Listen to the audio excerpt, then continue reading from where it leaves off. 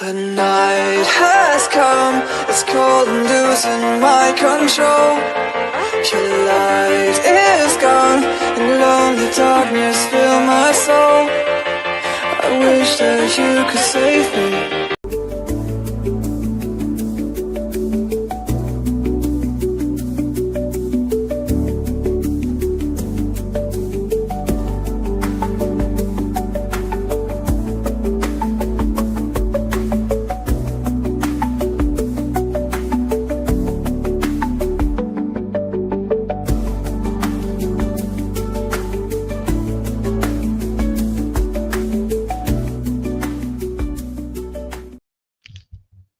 Hello, everyone. Welcome to the Light Gate. We are broadcasting to you live from the city of New Orleans in the beautiful state of Louisiana at the United Public Radio Network at 107.7 FM and the UFO Paranormal Radio Network at 105.3 FM. We are on Facebook, we're on Roku, we're on Rumble, and we are on YouTube. I want to take a quick second to thank our sponsor for our beautiful network from Carnation. We love you very, very much. I personally do drink this in my coffee every single day. I love it. I love everything they make. Y'all should try it out. Okay, so we have a really, really cool guest who's been here with us before, and I'm excited because we get to go meet him in person in October. So Preston, I send it to you. Thank you, Dolly. Thank you, everyone, for joining us for episode 124 of The Light Gate.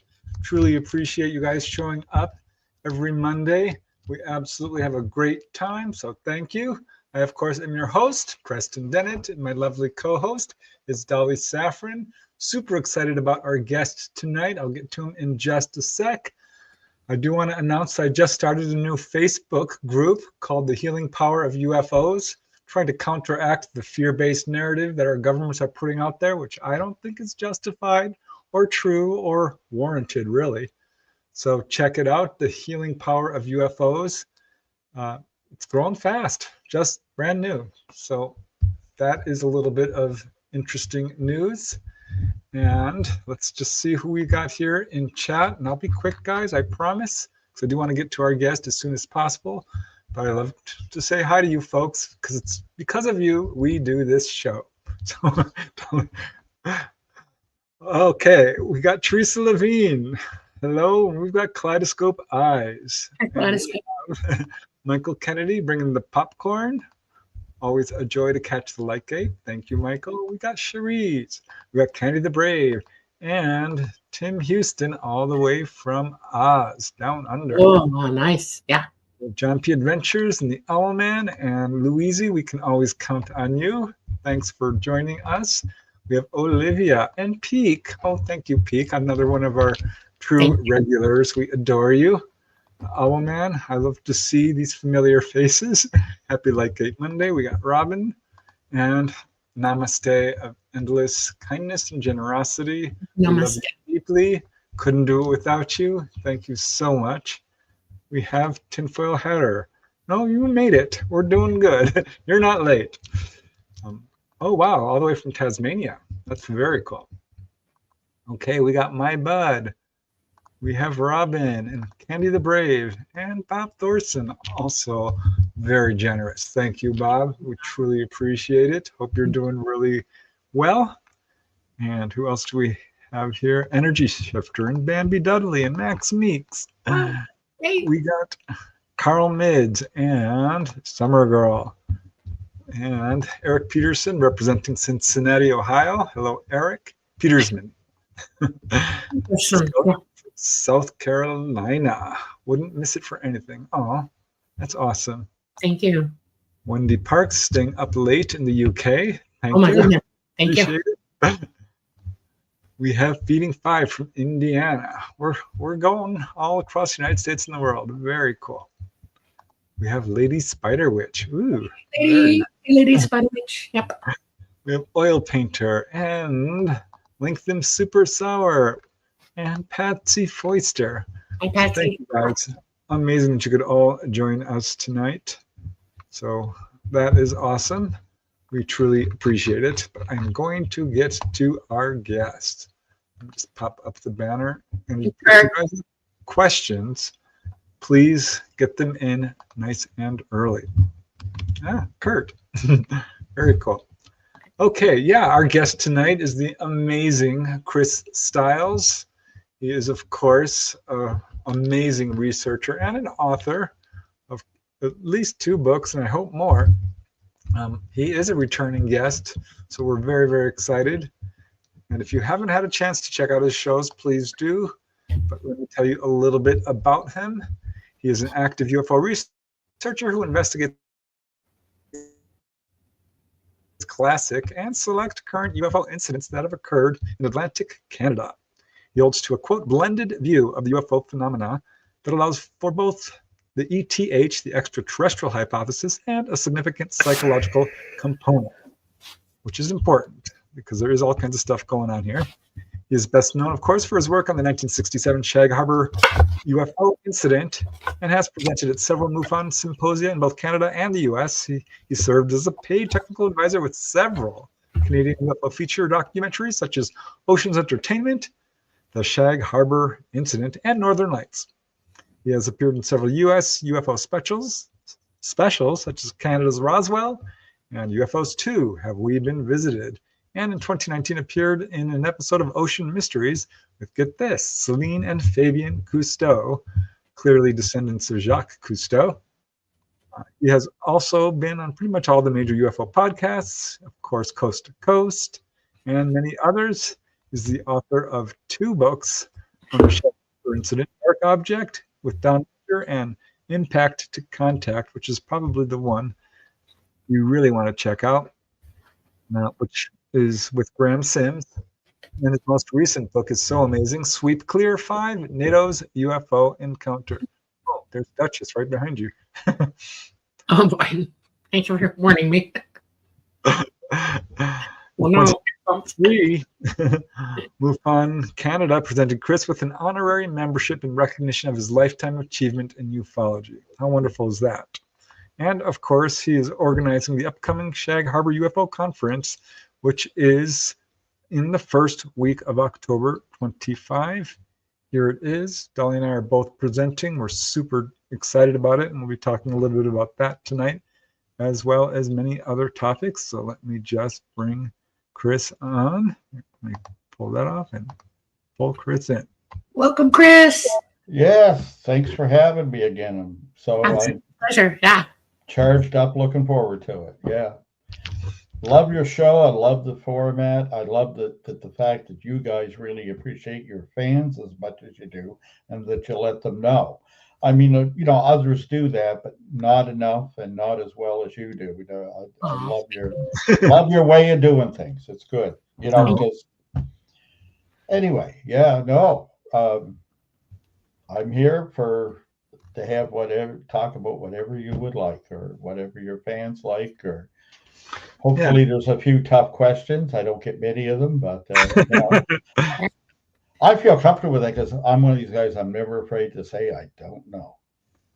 Yeah. Well, I wish more people were like that because I always say, I'm not an expert in that, but I follow all of ufology as closely as I can. But there's so much going on right now. I mean, we have it's overwhelming. It really is sometimes. Yeah. I mean, you couldn't possibly read all the books. There's, probably 100 published each year.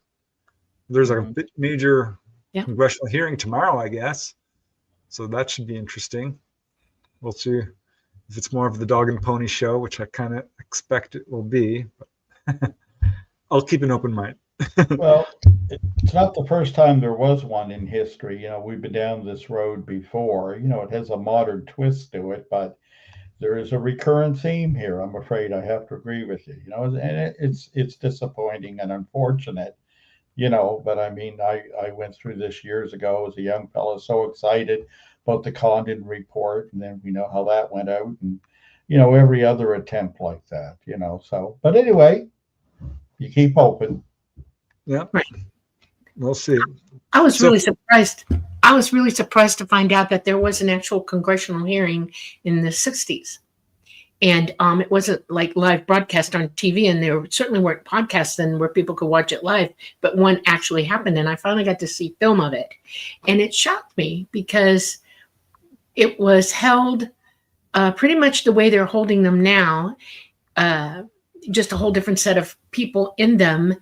And they pretty much all were saying almost exactly the same thing with a little bit of Sure. twist nowadays.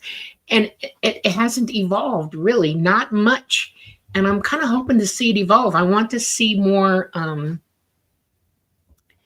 people coming to the fore, not the usual players, you know? I want to see people with real honest to goodness things to say about it, and Congress sit there and listen, you know, and actually put it into the record for real, you know? Yeah. It's that's one of the things I hope for. I might not get my wish, but I hope. Yeah. You know, ironically, from the Canadian perspective, one of the things I realize is the current situation in the world of ufology is that the way that our governments are involved, yours and mine now, is the exact reverse of how it was in the 60s. You know, in the 60s, when the Condon Committee ended, you know, the decision was that there was nothing worthy of scientific study for the Air Force and to discontinue. Canada got extremely serious back then and made a very serious effort, had budgets, did actual investigations. And in today's age, you know, there's, like you say, we'll have to see. We could end up disappointed, but they're making all the noises like they're very interested, you know, south of the border and up here officially. Even though, like last week, I get questions about cases about Shag, Harbour, about cases by the head of operational space awareness at the Department of National Defense to me. You know, it. They also mentioned, officially we're out of the UFO business, and that's not why we're asking. So it's strange, our roles have reversed, the attitude of Yep. between then and now. But you know something, when I hear so much now, the theme down south seems to be of whistleblowers and the people coming forward. But there was an earlier age of whistleblowers that's forgotten in the US back in the very early 60s before Condon and that too. Because one of the gentlemen purported to be part of MJ12, Roscoe Hillencoder, the admiral, right? Did interviews with the New York newspapers, right?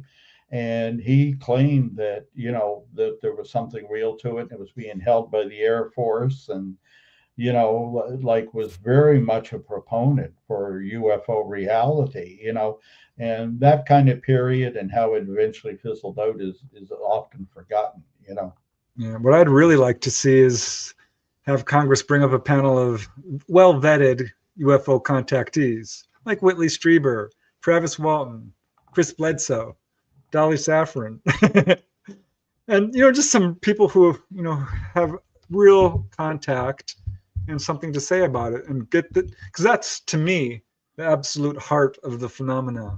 It's not sightings, and I think the whistleblower is definitely a real cutting edge with lots of potential to change the way we look at things. But let's face it, people are having contact or have had contact, and that deserves to be heard. All right, so Chris, for those who are absolutely new to you, can you want to just give a little rundown of how you got involved in the whole UFO business? Yeah, there used to be a show on. I used to really enjoy watching called Unsolved Mysteries, the original version of it there. And I was watching a broadcast of that. I think it was actually a repeat at the time, and it was the first I'd heard of the Roswell incident. And this would have been back in April of 1992. And I watched it with a close friend, and afterwards she asked me, is such a thing possible? And I said, I know it is, because we had this happen here in Nova Scotia. And of course, she'd never heard about it. And she dared me to call Stanton Friedman. And she said, he lives in Fredericton, which her parents lived in. And she handed me the old landline and double dog dared me to make the call. And I said I would. And she goes, I know you. You're never going to do it. Do it now. It was like that. And I literally thought, okay, got to save face here, got to make the call. And in those days, I didn't have a calling plan. I don't think there was any in Canada. I called the long distance operator, old school, and asked if there was a number listing for Stanton in Fredericton. To my surprise, there was a listed number. I called it, and it was immediately intercepted by a human answering service. And they said he was out of town, but if it was an emergency, like they had a contact number. And I said, yeah, okay, because somebody was poking me in the chest. They make the call, So they gave me the number. I called. Stanton was in Austin, Texas. I didn't ask where he was, or when they gave me the number, or checked the area code. And I called, and he picked up the phone, and I started telling him my vague recollections at the time. I was 12 during the Shag Harbour incident, and I was 175 miles away from it, but I did see a UFO the same night as many people did over Nova Scotia.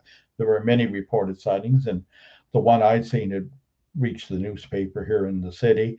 My grandfather was on vacation, my maternal grandfather, down in Shag Harbour. He was one of the many non-reporting witnesses at the time, and I didn't remember the date. I knew it was 60s, and Stanton, even though he was about to leave for a conference, in Austin, he took about 20 minutes out of his time to listen to me, and he gave me some very basic practical advice. And I remember the first thing he said is, well, he said, you sound like the sort of guy that might pursue this. He said, if you decide to do that, you're going to have an easier time than I did. And I said, well, how do you know that? What's that based on? He said, fishermen never move. Just real. And he gave me a number of tips, and that was how it began. Wow.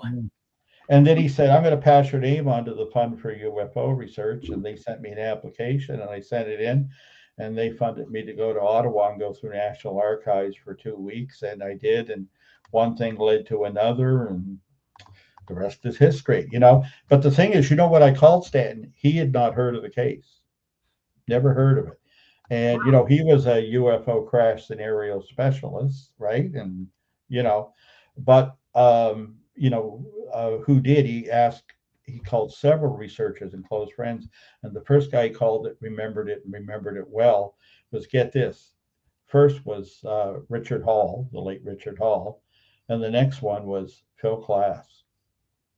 And they both remembered it. And surprisingly, Klass said, there was something to that, and something really strange did happen there. How long did it take him to show up to where you're at? In other words, did he come and see you? Who? Stanton? Yeah. I went to see him. We corresponded by phone mostly for some time. A couple months later, we met and exchanged boxes of documents. I already put in requests and was getting huge amounts of stuff. We met. He came down just 60 miles from me. I was doing a talk in Shore at the Oh, you're garbling up just a bit there. College there. And I went down there to meet him. Uh-oh, we're losing the internet. Are we back? Or we're frozen? Yeah, we have Corona Hall stream hitting us right now. It's not okay. Yeah. We got a little... Your image is frozen, but I can hear you. Can you hear us? Uh-oh, I think. Wait, hold on. Can you hear us, Chris? Hear me now, as they say. Yeah, hear you now. Okay. There you go. Yeah, I can hear you. Yes. Yes. Are we going to try? Or if I lose it, I'll go on. It's try just to pop it's back in energy again, coming okay? in from the sun. It's impacting us right now. We have a big, bunch of Corona Hall stream coming in. Oh, you did good. Yeah. And the small CME may be starting right now, coming in as well. So yeah, it's probably not due. The CME till tomorrow, but that doesn't mean anything. Okay. Yeah. So the Shag Harbour incident has to be one of the biggest UFO incidents, really, in U.S. history or world history. Well, because unlike other crash scenarios, there's a lot of official documentation that was always unrestricted, and no one had just ever gone looking for it really and gathered it in one place. But I also decided I was going to meet all the people involved, the RCMP officers, Royal Canadian Mounted Police that responded, the original eyewitnesses that called in, the people that were running the air desk. That was Canada's equivalent of Blue Book at the time. And it was amazing. They were all quite open. They met me. The air desk staff were very interesting to meet. The fellow who investigated the Shag Harbour incident was Squadron Leader William Bain. A very seasoned pilot in the Air Force that was given a desk job after he had a serious crash and survived with what they used to call the Widowmaker, the old F-104s in Germany. And, he was just amazing. And he said to this day, they were quite convinced it was the real deal. You know what I mean? They did an investigation. To put it in perspective, in 1967, the Air Desk received 256 reports from police or the Royal Canadian Mounted Police. They would sift through that, and they did 9 on-site investigations in the cases that seemed most worthy, where they spent money, sent hardware, men. Like I say, it wasn't just a filing system like Blue Book had descended into, Unfortunately, a few years later, the decision was made to take investigation of UFOs and UFO incidents, right, away from the military and give them to Canada's National Research Council. Initially, it worked well. There was a couple of dedicated people, but as they retired, nobody took it up seriously to replace those people in positions of power. And by 1999, it had withered to nothing, and it was just allowed to fade away. Had become a political hot potato by then in this country. Makes me think of RO here. Everybody thought it would be a great thing, and it's turning into be a bubble that popped. It's not right, because back then you look at the military cases and the investigations they did here, they were very serious. And when you look at cases like Shag Harbour or the Stefan Mahala case, Falcon Lake, Manitoba, that landing case, they disagreed with the Condon Committee and met with some of the researchers here. Like, they thought that was quite genuine, when they looked at you look at the analysis that they did and the effort they brought to bear, they were very serious, and sometimes they would even pitch suggestions to the government of saying, like, for example, in Nova Scotia, we should keep 3 helicopters spread throughout the province. And unless they're needed for search and rescue or a critical case, they're on standby all the time for UFO cases. They were quite serious and did a very good job. And I think not enough attention has been brought to that sort of positive history. The Air Force here took the charge of investigating UFOs quite seriously. There was quite an effort by the Navy in this country, but they enjoyed the situation that they were not charged to have to interface with the public. The Air Force, because people thought flying air objects, they were kind of linked. So the Navy kind of walked their own line and did whatever they wanted, but they certainly investigated the phenomena here. And in fact, the Navy did defense research on such things. They actually began to do this during World War II, 1942, and continues to this day. And they have a special facility that that acts autonomously and only responds to the government in terms of finance matters and funding. The government actually has no direct control over it. And even the managers in the facility here, it's now called the Atlantic Center of Research and Development Canada. The research projects are decided by the bench scientists. Very unusual setup. And there's a long history. I'm not going to take up too much time with it, but the government kind of had to agree, since they were the first and were actually, had their own defense initiative here, to bring them into the fold. They had to kind of give them carte blanche, which was, to be autonomous. But accessing that stuff is quite something. It's pretty much impossible. They're not charged with having to interface with the public. The Air Force thing's gone away. And now it leaves us at odds, the complete reverse of what happened in the 60s and, when we were very active and very serious and the U.S. was dismissing it. Now we're in the reverse situation here. The pendulum swings, I guess. And yet the head of Operational Space Awareness, sends me inquiries about cases. So, but they're not in the business, he says. So make of that as you will. Yeah, well, I feel like we should have a government body that does interface with the public, and there is truth and transparency with this subject. Because if we actually put time, money, and attention to this, it would absolutely change the way people think about this. Well, it shouldn't be considered a fringe topic. It really shouldn't. No, not at all. And the thing is, often, these things veiled under the guise of national security. I don't think that has a lot to do with it. You know what I think it is? I think it's the reverse of that. I think it's national insecurity. These guys have massive budgets and massive black budgets, right? And the truth is they don't really know what's going on for the most part. Well, so one thing I'm interested in is, bringing it to the Shag Harbour conference. How long has this been going on, and what inspired you to start doing this conference? Well, in its current format of being in the town of Yarmouth and being at the Rod Grand and bringing in U.S. and other international researchers, right? I mean, we've had people from, all over, in past years. This is the fourth year for it being in this format. Before this, events were simply held in fire halls and church halls in the fishing village, right? It was always the hope of the community and the people of the surrounding communities in Shelburne County to grow this. But as I told them, and they eventually listened, it was unfortunately there's not the facilities there to have it. That's a very rural area, and there just is nowhere you can have an actual convention or bring in people. Very little hotel space, right? However, Yarmouth is certainly within striking distance, and by going there, you're in a place where the ferry comes over from Maine.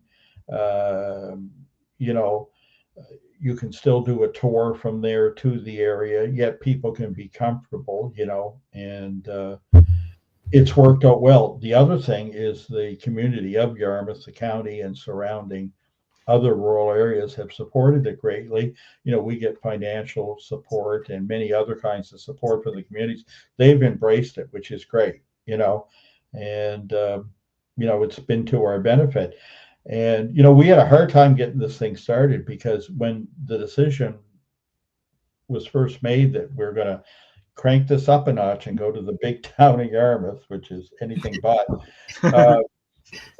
Betty Hill used to like going there. She was always asking me about people still there, when Betty was still alive, and I'd be speaking with her somewhere. It was funny, I guess she loved Nova Scotia, and she'd ask about the little places. It was always like, is so-and-so still alive in Yarmouth?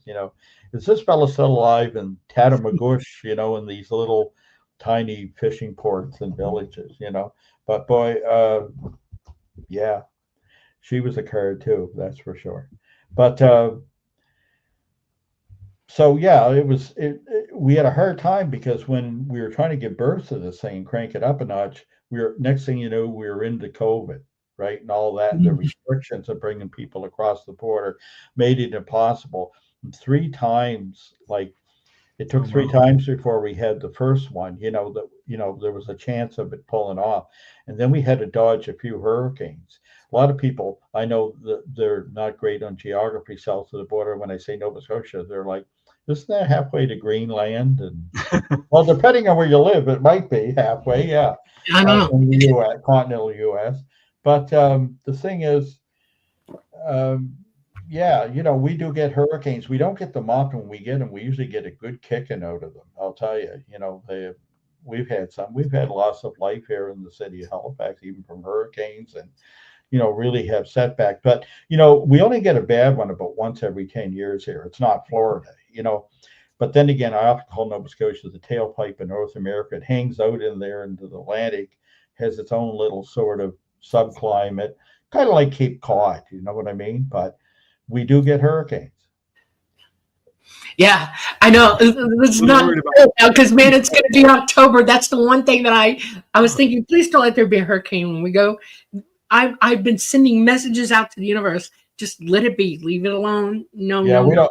don't want one. Yeah, you know, we had a conference in Dartmouth years ago, long before this thing here, and it was part of a documentary that was done back at the time, and I'll never forget it. And we had a bad one to hit Hurricane Juan, and it did a lot of damage in the city. And the facility we had was right on the waterfront. The tides were so high they came up over that part of the waterfront and the street. And Yeah. I mean, when I went down, the next day I saw them shoveling starfish and all kinds of stuff off the building steps and Oh around my the edge. gosh. Yeah, Wow. it was that bad. I remember that. Yeah, but it just goes to show you. Yeah, we were without power about 2 weeks, and it looked like, you know, Katrina. You know, we were hit. It was only like a category 2, but but it was like the perfect storm, and it hit at high tide coming in from the right side of the city. You know what I mean? Boy. Everything was against it, and we got really kicked out of Yeah. that one. But we managed to pull off that conference. Now that had nothing to do with the Yarmouth event we're having, but we've dodged all the ones down there, so we don't get many. But I have to say, it tends to be that time of year we get them, September, October, when we do. But 1 in 10 years, and it just takes a little bit of luck. And we've been getting it so far. In fact, we've had very good weather, and people often remark they're surprised how good the weather can be. But then again, that can change in Nova Scotia. We have a couple sayings here, and one of them is, "What follows 2 days of rain? Monday." You Yeah. know, and of course, if you don't like the wind, the other older one is, if you don't like the weather, wait 10 minutes, right? Because we're almost an island. We hang out there in the Atlantic. It's a peninsula, and you know the weather can be something, and yet we've gone through just now a period of drought and had trouble with forest fires, and Oh boy. and Yeah. that's pretty unusual here, but Yeah. anything's possible. Um, but Halifax is the northernmost ice-free port, and this is like south of that, so it's unlikely. Although once in the last 200 years, we did get pack ice one year in 1970. Never happened again.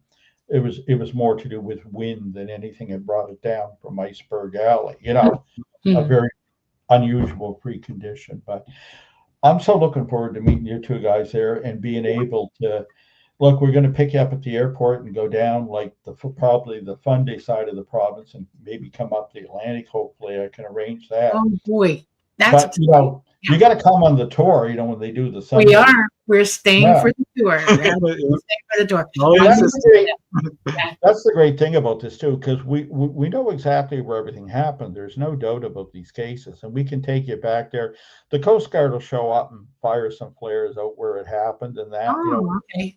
yeah, we get that kind of Okay. thing I'll bring kicking extra in. batteries with me then. Helps you picture Yeah. it.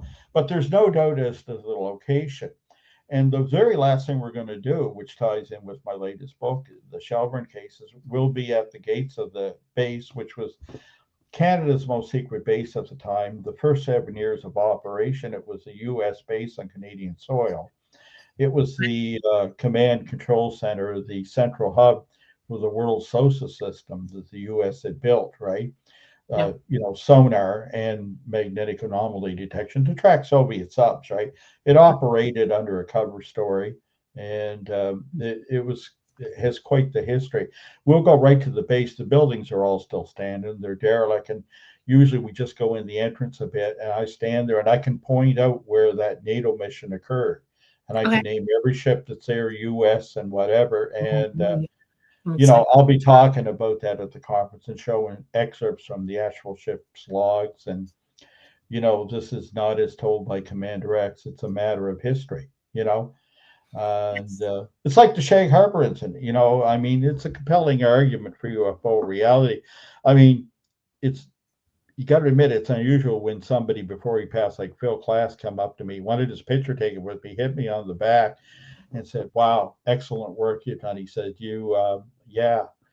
And then he said, as they were taking the picture, he says, "I'll probably go on my website and try explain this." He goes, "Don't let that bother you." He was very gracious, and I had to laugh. To be honest, when I first met him, I remember how I thought of him as a boy when you see a picture of him in the old books like the Hynek Report or UFO Experience. This back then, this thin man with the skinny black tie and all these awful attitudes, you know. But when I met him, I had to almost feel sorry for him, but he was very gracious and very complimentary and said, Yeah. That's nice. you know, as to my technique. And he said, no, something did happen there and you've done an amazing job, you know. And yeah. And when they sit there, but, you know, like I say, I don't get that many tough questions. Most of them have learned not to try to attack. Well, in fact, Stanton gave me the name. I should have wore the T-shirt. I'll have to do that sometime. The group made me a T-shirt. Stanton gave me the name, the Bulldog. They use it, you know. And the group down there made me a T-shirt one year. It's quite something. It shows a bulldog crunching down a flying saucer. You know what I mean?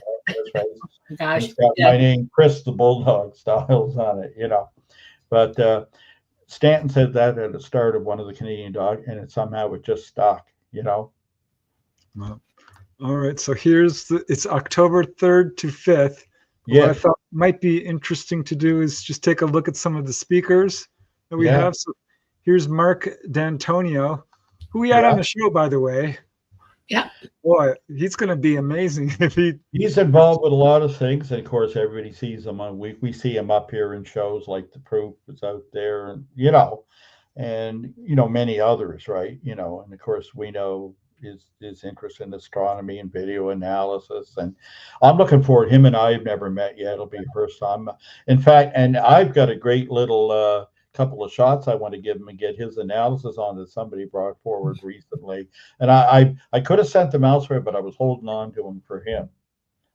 That's fantastic. Oh, yeah, he was on our show. He's a riot, and boy, is he intelligent. Dolly and him were really going at it. It was amazing. I love the fact that he's online almost every night showing the skies. You know, he has 2 different telescopes that he can triangulate, and it's incredible the amount of information. And he has a free ability for you to take pictures of the sky, and you can send him a message and say, "Can you focus on this?" I'll have to check it out. You know, I rarely find enough time for this. I'm so busy out on the road and doing other things. But I've heard about that. He has quite a following up here, you know, and one of the reasons why we invited him up. Yeah. I know. Well, I'm excited to hear him speak firsthand because he has so much information. It's not getting people together. You know, this is what I love about these things, because otherwise, you know, you miss this. And to me, that's the real gift. You know, like that's what makes the hair stand up in your neck when you meet the personalities, when you meet the real witnesses, when you hear the stories, when you feel it. You know what I mean? Yes. It's one thing to see on the screen, and this is great. But I'm looking so forward to meeting all of them. Guys. It's definitely different. It's what it's all about. You know, you got to be there. Right. Darcy Weir, see, there it is. He just put out a new movie. I guess you would call it a movie, and it's Psychic, the New Phenomenon, or Psychic Ability, the Phenomenon. And it's interesting. I watched the pre-show of it, and we're going to watch it tomorrow. I want to see it, and because I've never really seen anything he's done before, so I'm going to pay attention to this. Yeah, and he's going to have something new for us we haven't seen here. And we've had him up before, and they wanted him back, and we're doing it, and we're going to open this year with him. And I'll tell you why. That was a very much a conscious decision on my part, and I brought it to the group. You know, there's a lot of people involved. When he said that I organize, I'm just one small part of it. I help sort of interface with the talent, is the way I put it. But these people, like Darcy, he was there last year, and he, you know, everybody enjoyed it. The trouble was, at the end of the Saturday program where we have him, you sit on those hard chairs all day, and then you try to watch a 2-hour movie or something, you know. And I thought it was unfair to him and the people. As much as they liked it, it was an ordeal. And I said, you know, you got to open and let them do that at the start. And I agree with that. That's a really good thing. Yeah, we try to think of the speakers and what best, you know, presents them in the best light and allows them to be more, you know, most enjoyed, you know. By the well, I like that, you know, when you go to that conference, you have the chance to see all the speakers, because I went to Contact in the Desert, and it was just Oh yeah, amazing. this is small time. It's up close and personal. It's professionally done. We have a like dedicated audio visual guy and computer guy who's a real whiz there.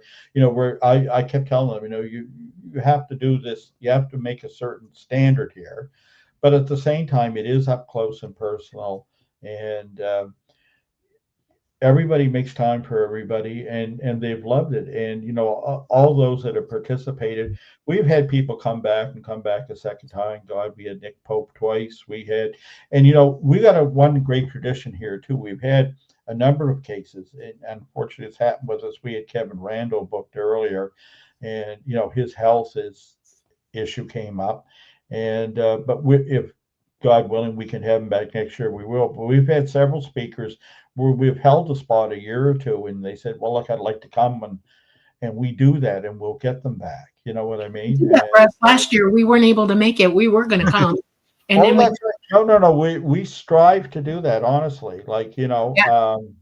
yeah. It's awesome.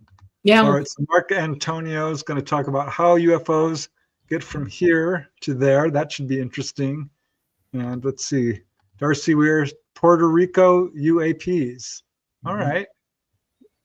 Puerto Rico has an enormous amount of activity. Oh, yeah. And then there's this guy. Yeah, I've heard of him. I'm excited. I'm going to be presenting on some of the more extensive cases of UFO contact. Yeah. You know, when I read your book on schoolyard encounters, right then, long before we got to this format or how I thought, man, as soon as we can, we got to get him there. That book jazzed me up. I remember when you were on that little show I had till they couldn't bend my arm and make me do it anymore. I had going up here, right? It just wasn't my thing. I'm so busy out there in the field and knocking on doors and crawling around and losing sleep, etc. But when I read that book, I thought that was it. I remember when you were on the show, like we were kind of a kindred spirit in that I had 8 years experience in special ed. You know what I mean? And oh wow, you know that you had bothered to look at this from a child's perspective. I found it very fascinating, and yeah, I knew right then. I thought, well, you got to meet this guy. Got to get him up here somehow. Got to tell this group. You got to have him. It's funny because I rarely do conferences these days, ever since 2020 or so. I used to do them once or twice a year. Now it's once a year if. Yeah. So.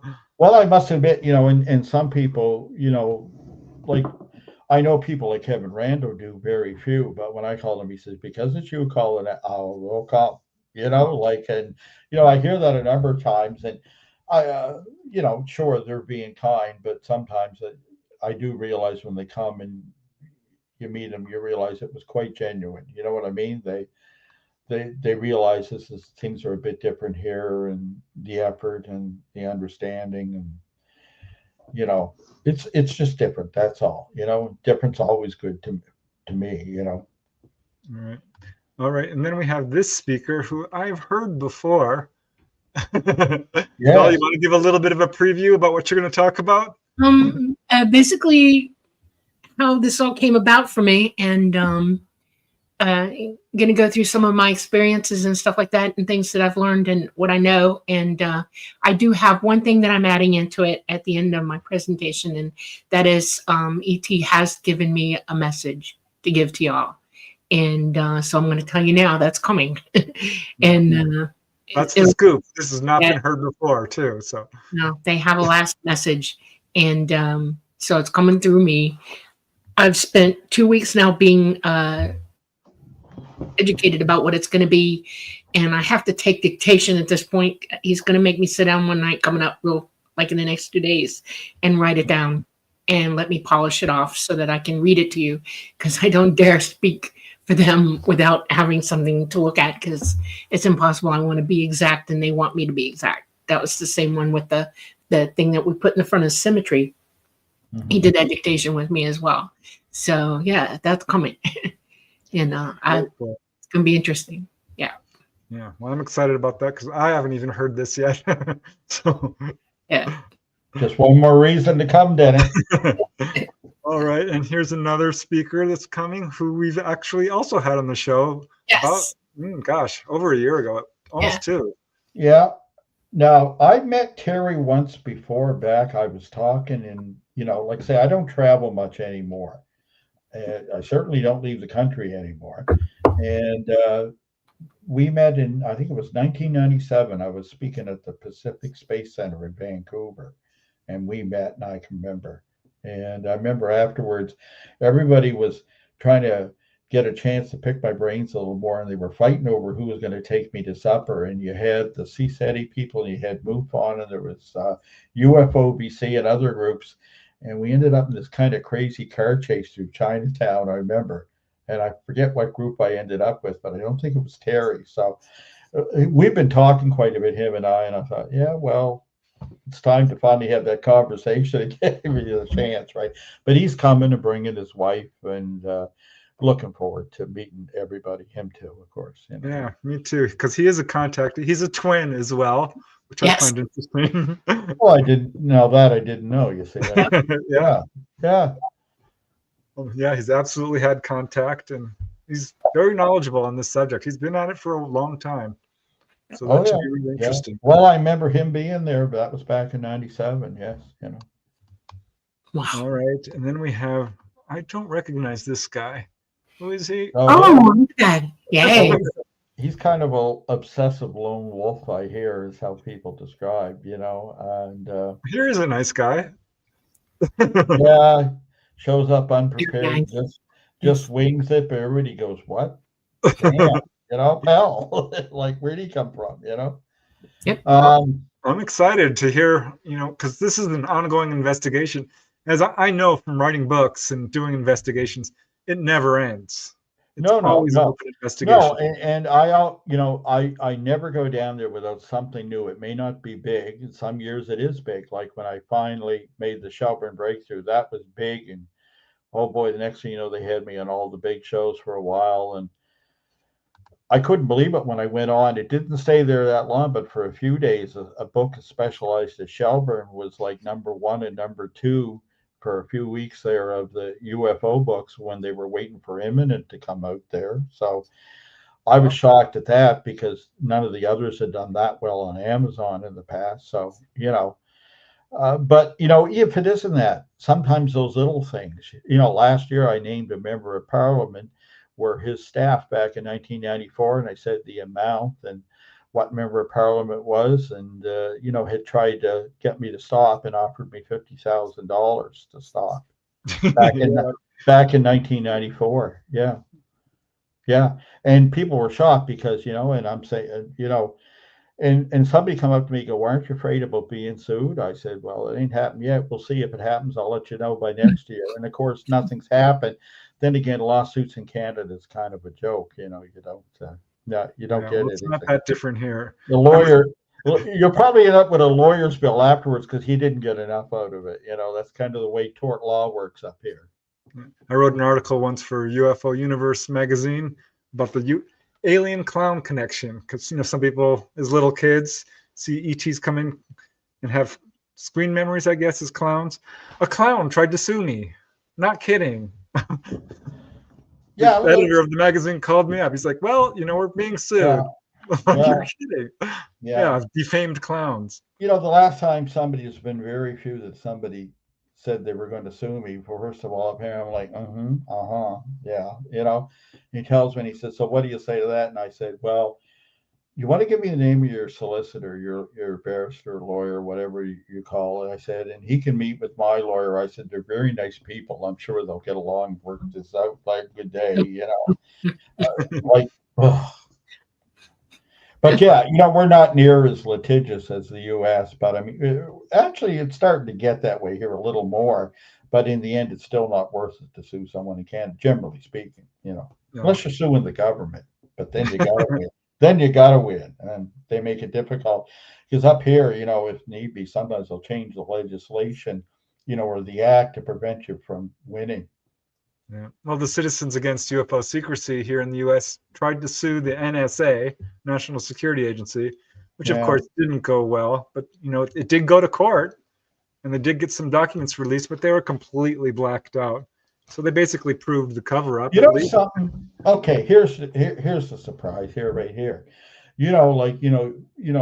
I mean, I work, I wouldn't say not often, but several times closely with Stanton Friedman on a few things, right? And of course, how famous was he for holding up pages, documents, and a lot of black ink, right? Right. I have never had a document released to me with black ink on it, ever. Wow. Wow. And I've had a lot of stuff released. I mean, to give you one significant example that, is connected sort of in a way to the cases I did, a lot of researchers and people up here for a long time, we used to keep hearing when we'd investigate cases that involved the Royal Canadian Mounted Police about something called the Space Object Contingency Plan. That was a sort of almost like a treaty or working agreement between the RCMP at the back in the day, the CIA, American government, whatever, like if we, like with NORAD, if we were moving into one another's area or they came up here and wanted to look at something, who was in charge, what the rules were, right? We kept hearing about this. But anyone who ever put in a request for this policy or to ask about it or to see copy of it, no, you weren't getting it. And they would always kind of play dumb. And generally up here, you can access a lot of these RCMP files on UFOs, and they had specific UFO forms, right?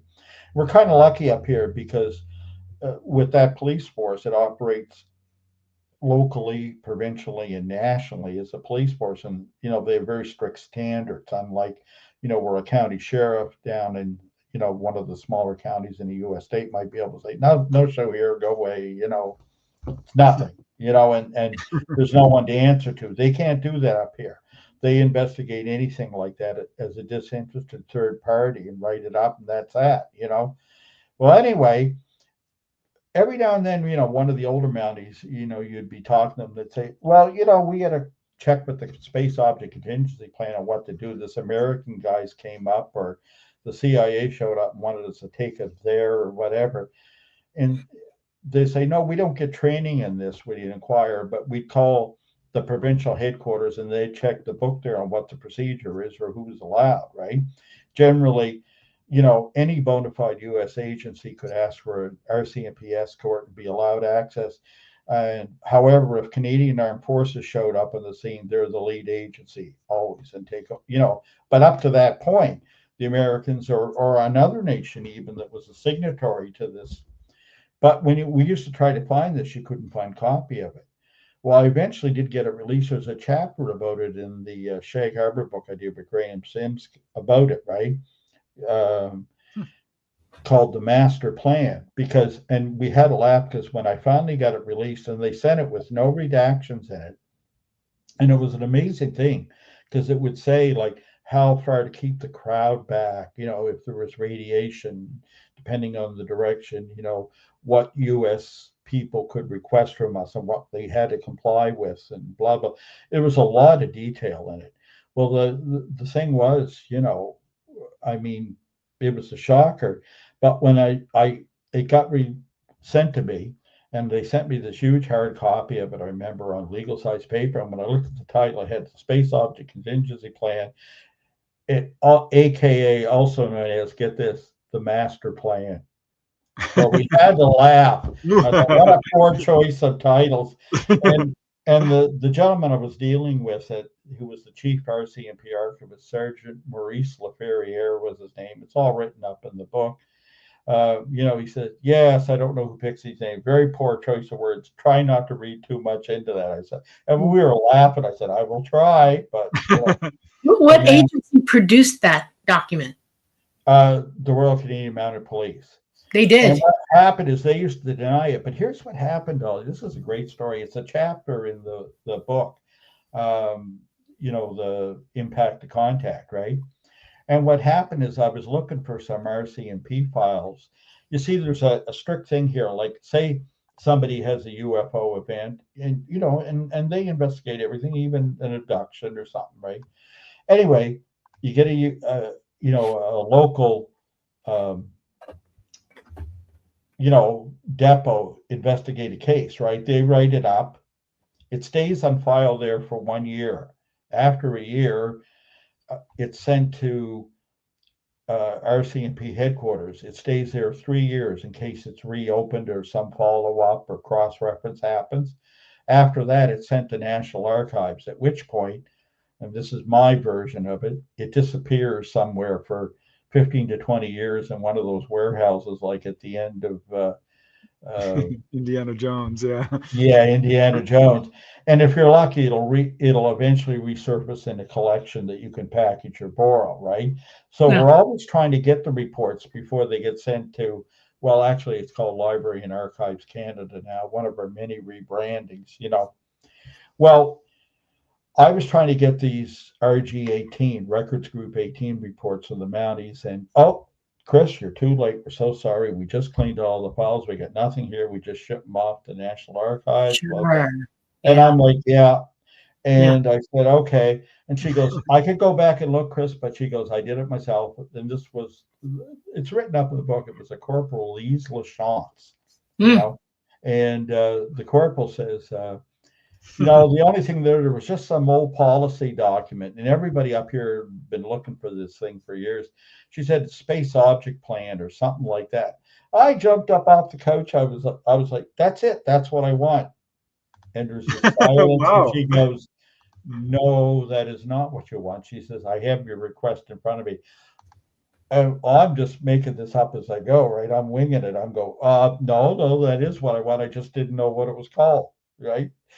I'm sorry, she said, I can't help you with this. You'll have to send in a second request and we'll look at it then. I said, well, listen, and this is the big bad. I go, could you go up and just, she goes, you had it in the room you said the other day you're next to in the, yeah. Could you get me the file number? So she gets me the file number and I could actually, you're on the phone, her voice call, and I could hear her high heels clicking up the hall. Comes back. Oh, it's, and she gives me this long military type file number, right? So I immediately send in an access to information request, something I rarely do. And well, we're getting to that, and here's why. So anyway, 2 days later, I get a phone call from the chief archivist, this Sergeant Maurice Laferriere, heavy French accent, career guy with the RCMP, and he calls me up and he goes, Mr. Stiles, this is Sergeant Maurice Laferriere. He says, I look at your request here, and that file number you said makes absolutely no sense at all.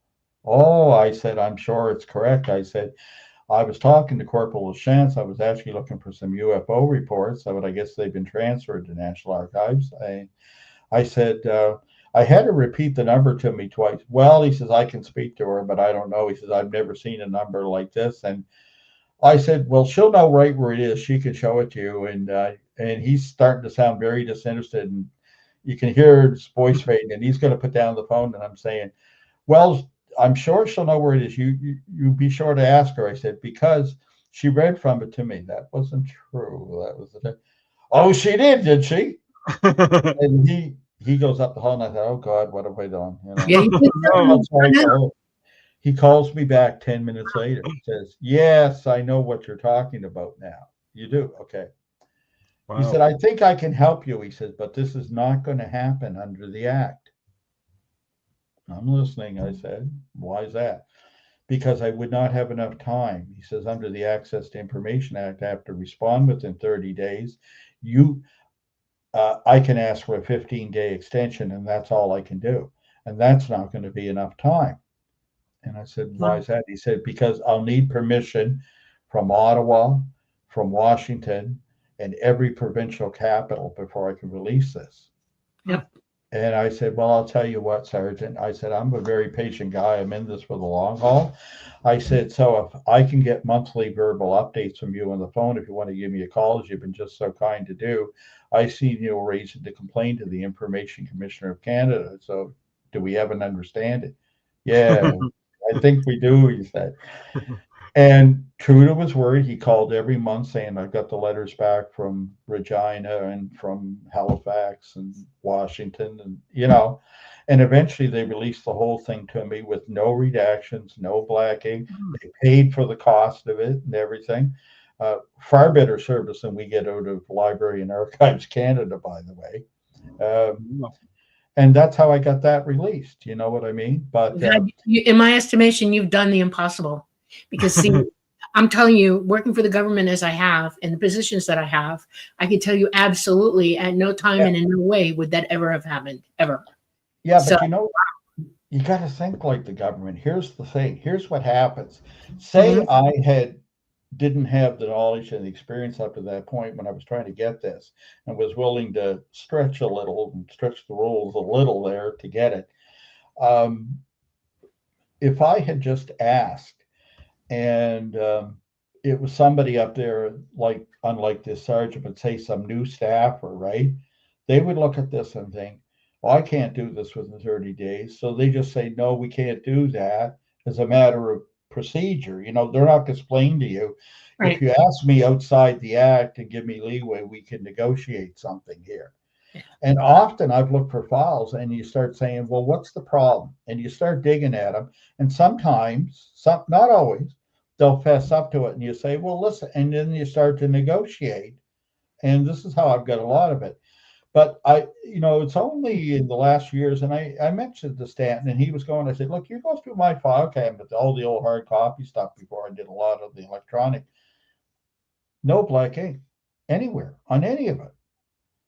And I'm not sure. I'm not implying anything. I'm not really sure what that means myself. But maybe it's because they think this guy's such a shit disturber. That it's not worth it. We'll just give him. I don't know. I honestly don't know. But it must mean something, doesn't? Don't you think? Well, does this all still have to be done through paperwork? Now that we are in the digital age, you'd think Oh there could. no, I get digital. Like when I get for example, when I got the logbook for HMCS Cape Scott, on the Shelburne mission released to me, that's all done digitally, right? Oh, wow. But that had to happen outside the act because during COVID they were so short-staffed, right? They wouldn't guarantee a time frame. You had to agree to have it being done outside that and the rules of that. It took 7 months to come instead of a month, right? But in the end, I got it. And I bothered them a couple times and I actually got some. It was like dealing with your stern aunt. I remember this female staffer. I got a couple of those back. If you keep asking, it will take longer. Thank you. And I waited, and in the end, I did get it. You know what I mean? And there were all kinds of independent ways. I won't bore you with those deals of verifying it. I mean, I don't take anything without questioning it from the government. It's like there's one of the problems I have with the disclosure thing. Look, I'm not against disclosure at all, and I've become a little involved with the movement up here, which has taken a very different form and I'm not at liberty to talk about because I'm not actually a member and I don't want to. They got some important work coming up here. But let me tell you this uh, the problem I've always had with the concept of disclosure is that for all these years, when the government was saying there's nothing to this, nothing worthy of study, nothing happening, if they suddenly said, hey, here's the answer and here's what it's all about, I'm not sure I'd be any more inclined to believe them then. You Feel know the what I same mean? way. They still have this great credibility problem. It doesn't mean it's bogus totally, but I'd have to really vet it. I'd have to really, use due diligence, right? But that's just me. This is the doting Thomas and me. But that's okay. They're all doing their job, and you know, I do what I do. It's not quite a job. I do it because I'm just generally interested and. When I first started, like I say, Stanton hadn't heard of the case. I can remember trying to Google up, or back then you were still using things like the dog pile as a search engine. And, you'd put in Shag Harbour, a tiny fishing village on the southwestern of that faces the Gulf of Maine, blah, blah. It was forgotten, entirely forgotten, except to the eyewitnesses. And, within a couple of years, I was on national TV and getting funding from the fund. And I thought, my God, there is life after high school.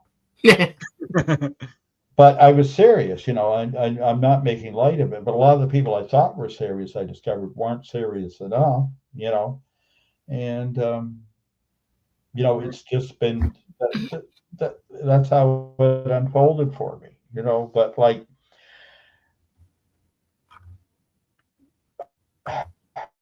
you know, it's amazing when you do find something like that. When the success stories, like how it worked and why does it work, and in this country, perhaps more than anybody, I've got the feeling of understanding. But you learn little things along the way. You learn how naive they are and how they lie to each other, the different agencies, and even within agencies. Like, and I sometimes use the expression some here. Well, I don't know that we ever recovered any aircrafts. I said, well, who was that? Oh, well, warrant officer, whatever. I'll tell you right now, he pulled the Phil Corso, I call it. Took it, threw it to the desk, and said, "That's mine." Like, and has yet to change his mind. Hopefully, will someday. How do you know that? You know what I mean? It's a mixed bag, but I mean, people are people, and you know these guys, they're just people doing the job, and you can give them a policy, and you can make them swear an oath, and you can make them to whatever you want, but in the end, they have the human weaknesses, right? The user, Yeah, that's what I was you going know. to say. They're all just people who want to do a good job, Well, they don't all want to do a good job. Well, Most of them do, and most value that. I'm not. I'm not one of these ones saying it's all crap. You know what I mean? It's a mixed bag. But what there's good people in government, is what I'm trying to say. There's some are good people. there are, yeah, sure there are well-intentioned people, Yeah. and they're often taken advantage of by the badly intentioned people within government, right? But Mhm. whether you're good intentioned or bad intentioned, you there's just little awareness of what's going on around them and how complex the system is and how it works against you, even when you think it's working for you. For example, like I said, in the history of this country, when they took UFO investigations away from the Air Force here, it sounded like it was a good thing for what they deemed in the document that did that, signed by the defense minister at the time, for serious scientific study. Well, it started off that way, but then it became a political hot potato, and it just faded away into obscurity and oblivion eventually. It was meant to be a good thing, but sometimes good intentions go awry. I mean, Right. such is life. There's quite a few people talking about Paul Hellyer in chat. Oh, Paul Hilliard. Okay. Would you say he's Canada's, highest profile whistleblower? Would you give him that kind of? Well, he brought up a lot of attention. He had no interest in UFOs when he was the defense minister whatsoever. And I don't know if he did at the end, but I heard him speak, and he used to be very open and honest about that for a long time. He became very interested in the topic, all aspects of it, right?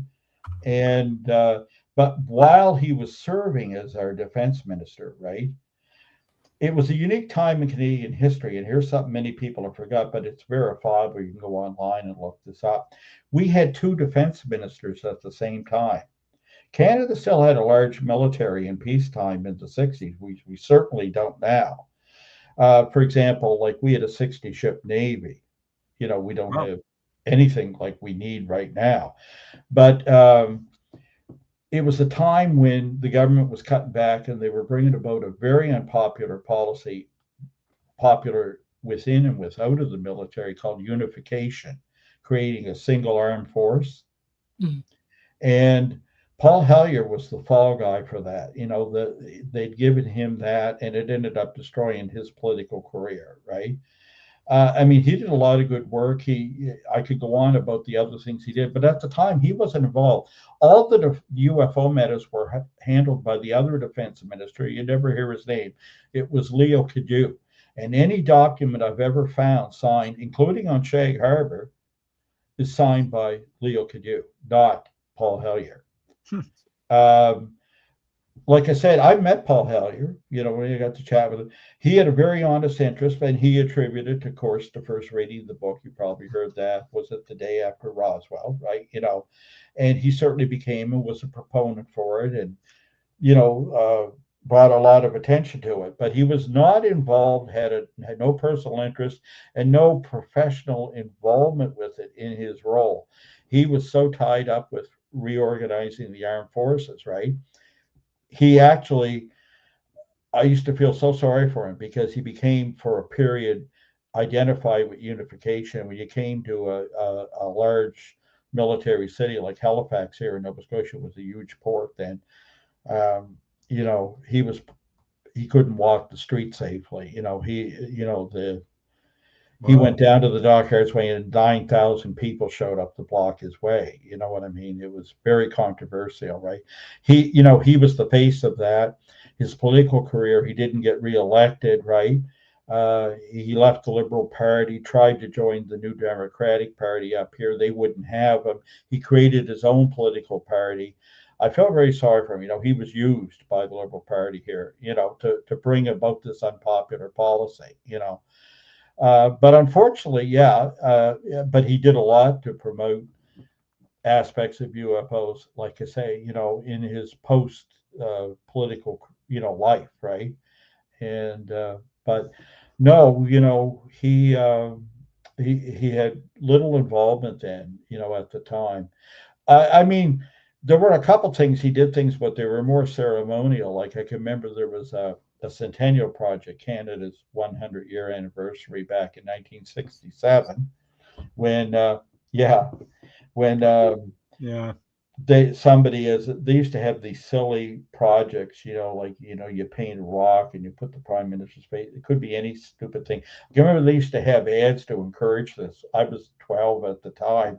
I can remember they showed a guy filling a swimming pool with maple syrup, and he's dressed in a tuxedo, and everything's just so, and he dives into it. Actually, remember that. I heard about That that. sounds dangerous. Yeah. And at the end of the commercial, would say, "What are you going to do for a Centennial Project?" Right? Yeah. Well, anyway, somebody out in St. Paul, Alberta, they built a UFO landing pad, right? And for some reason, I wish I'd asked Paul Hellyer this, but I didn't get a chance. Didn't think of it. He did the ribbon cutting ceremony for this Centennial Project, right? But here's the thing: the other person on the podium with them that cut the ribbon was, get this, Mother Teresa. I'd love to know how that came about and why. Wow. Yeah, yeah. So, Wow. yeah, a little odd, eh? Yeah. Yeah. And I don't know the answer. If somebody knows that out there, I'd love to hear it. Are there any other high-profile Canadian whistleblowers within government that are bringing forth information because they seem to be coming out of the woodwork here? I don't know how many of them are sanctioned, how many are complete stooges, but there was much made about the member Larry McGuire there. What was it, a year or two ago? And the attention he was bringing to it, lobbying the defense minister, saying Canada needs to be serious about UFOs, and it really brought it in the news here for a while. In the public saying, I don't believe he got reelected, or and at the time he was sitting in opposition with the Conservative Party. Politics is a strange affair up here, as it is in so many places. I mean,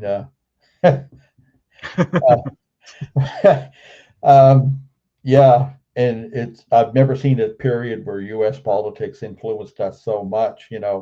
I mean, anybody up here that had placed a bet, or the odds were bizarre. If you looked at such things online, everybody was saying it's absolutely impossible. The Conservative Party here was a shoe-in, to win until Justin Trudeau resigned and somebody new come in, and Trump had his say about it, and the rest is history, as they say, and everybody said, oh, no, the Liberal Party cannot possibly win a fourth term again. It can't. But they did, you know what I mean? Such is the weird world of Canadian politics, I had to laugh when I'd be down south and somebody say to me, you don't actually have a political party. They don't actually call themselves liberal. I go, oh, yeah, but a capital level. Yes. Yeah. What's sad to me is that UFOs have been pulled into all of politics. It's terrible.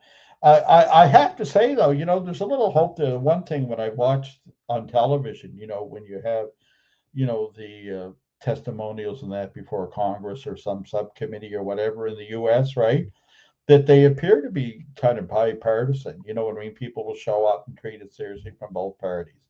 I find that encouraging, just in the general mild sense, that because it shouldn't be political in that sense, Right.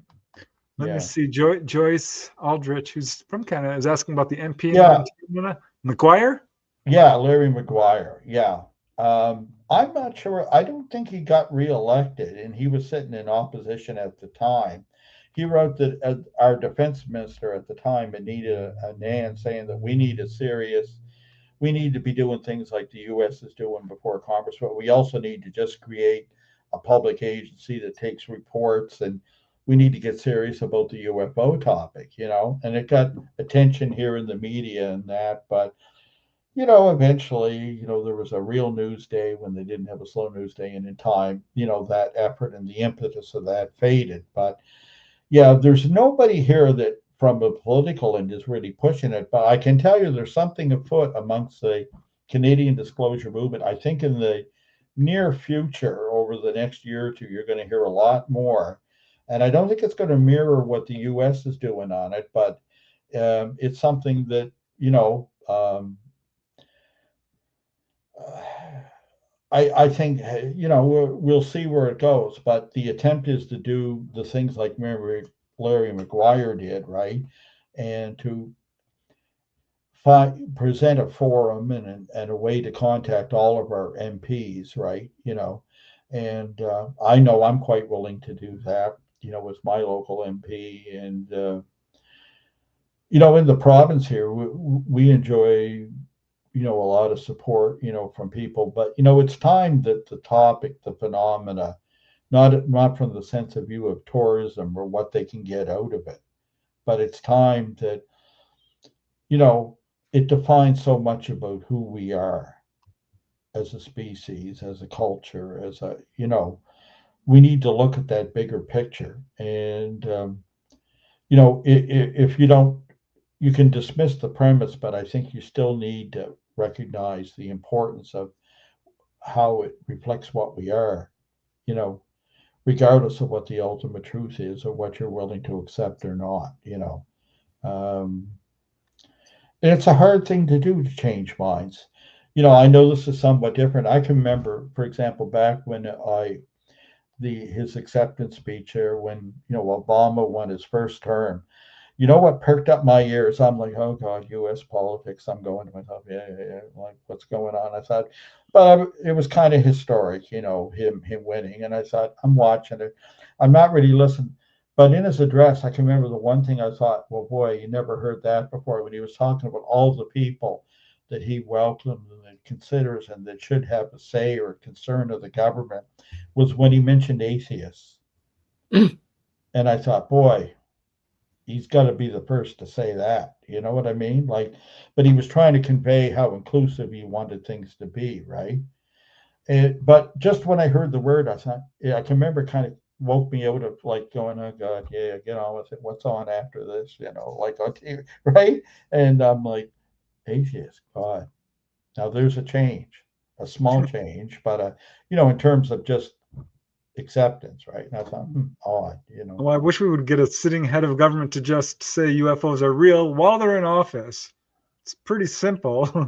Well, that's right, because even then you're not committing that it's extraterrestrial or extra dimensional or extra temporal or spiritual or any. Say there's just something to say to it. that there is something unknown. We don't have a good grip on it, or we know very little. And that's not going very far out in the limb. But they don't seem to want to do that, do they? No, deniability, plausible deniability is their game. And they're not going to come out with a straight answer about it. And they have their reasons why. And it's not known to the public worldwide what that implies. And these are things that we all have to deal with, not them. I really don't see the government helping any of us as a people on this planet with this information. I really don't. Yeah, and it's a weird thing. Like, you look in this country where you can say, well, who's handling UFOs now? And like I said, recently I had some questions come to me from the gentleman who currently is the head of, operationals, the situation in space, what's in orbit, the history, what's happening, anomalies, whatever. And yet they're not in the business or don't take reports and are clear to tell you this, well, then why are you calling this UFO guy to ask about this? You know what I mean? Yeah, it's to keep people from losing their minds about it. That's why I think enough people now understand. There's been enough disclosure from ET side. In other words, we've seen enough anomalous stuff in the skies to know that it's not all the government. Okay, people know that something's going on worldwide, and the government has to respond to it some kind of way. Okay, and I think that they're using this forum to do that, but they're still running the narrative through it. In other words, they want you to believe what they want you to believe about it, not the other way around, what we in consensus are figuring out for ourselves. But you know, Dolly, they're lucky. You know, they could sit there and deny this or say, make these policies. They get away with that. But you know what? Not everybody has that luxury. If you're an air traffic controller, if you're a Royal Canadian Mounted Police officer, right? And you have your procedures. I mean, if you got a radar blip and there's no transponder code and it's closing in on a 747, you got to deal with it right now. You have to deal with it. Right? You don't get the luxury of disbelief. Right. You do not. Which we know happens. That happens all the time. Yeah, I can tell you this with impunity. Yeah. A lot of positions in government have protocols, as they do, like with the Royal Canadian Mounted Police, okay? Yeah. And we don't know where these protocols come from, but they're absolute. We have to obey them when you're in the government. And you just deal with it as it's occurring, and you get more help is coming for you to deal with this situation. But at first, you're frontline. You're right there dealing with it. Air traffic controllers, you make a good point here. You really, really do. Because these are critical positions. Yes. Are exactly. And they have to, Americans who are in the planes flying, or even military who are in the planes flying, have to know that this is occurring. Okay, it has to be out there. They have to know. And that is such a good point. I mean, how can we not know the truth about that? How can we not? And yet they're not going. Governments know. They absolutely know. Look, there's why I think the last time on your show I talked about that case of the woman that called the Royal Canadian Mounted Police there outside Metro Halifax there in Lower Sackville. Yeah. And she says, could you send a Mountie? There's a UFO over my house. Well, the Mountie goes to the house, knocks on the door. Says, actually, if you want to come look, there's 3 UFOs over your house. Stays there for 2 hours, but there writes it up the report, and does logical things along the way to investigate it. Eventually says, I have to leave for other duties. I think you're safe. If you feel it all bad, call us. We'll come back.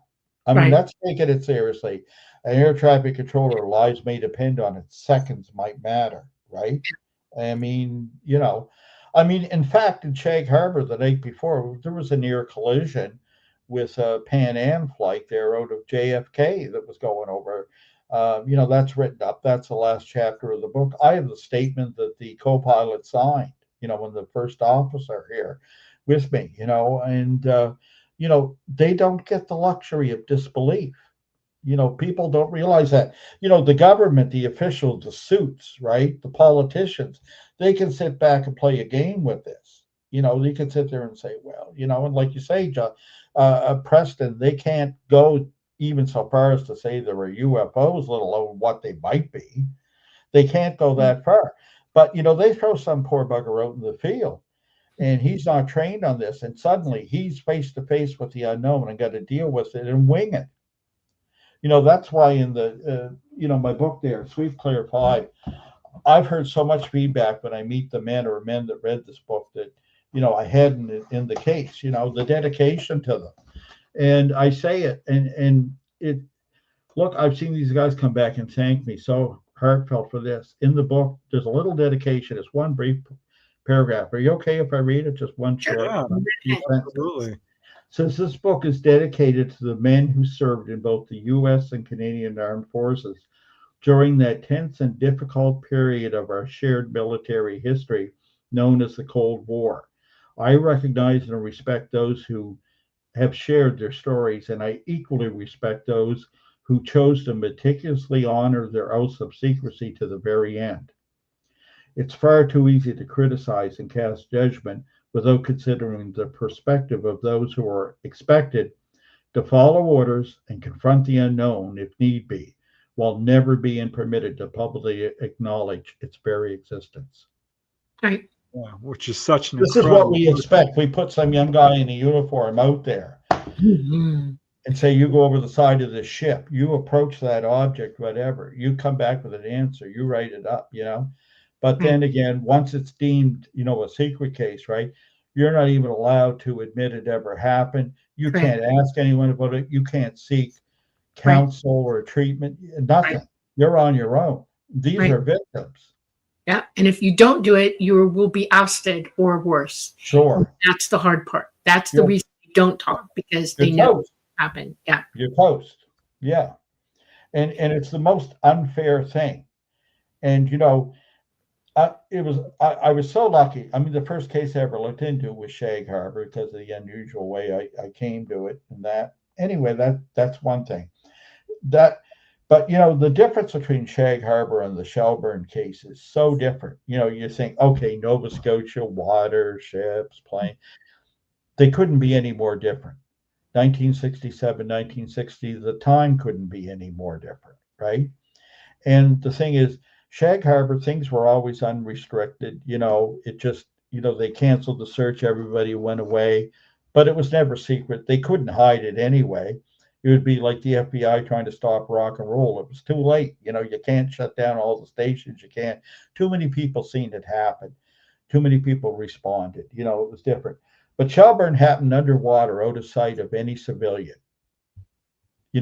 They had complete control of it. And in 1960, on a NATO mission, this is the end of the Eisenhower administration. This is before John Kennedy, Right. It was a different world. You didn't question orders, right? Right.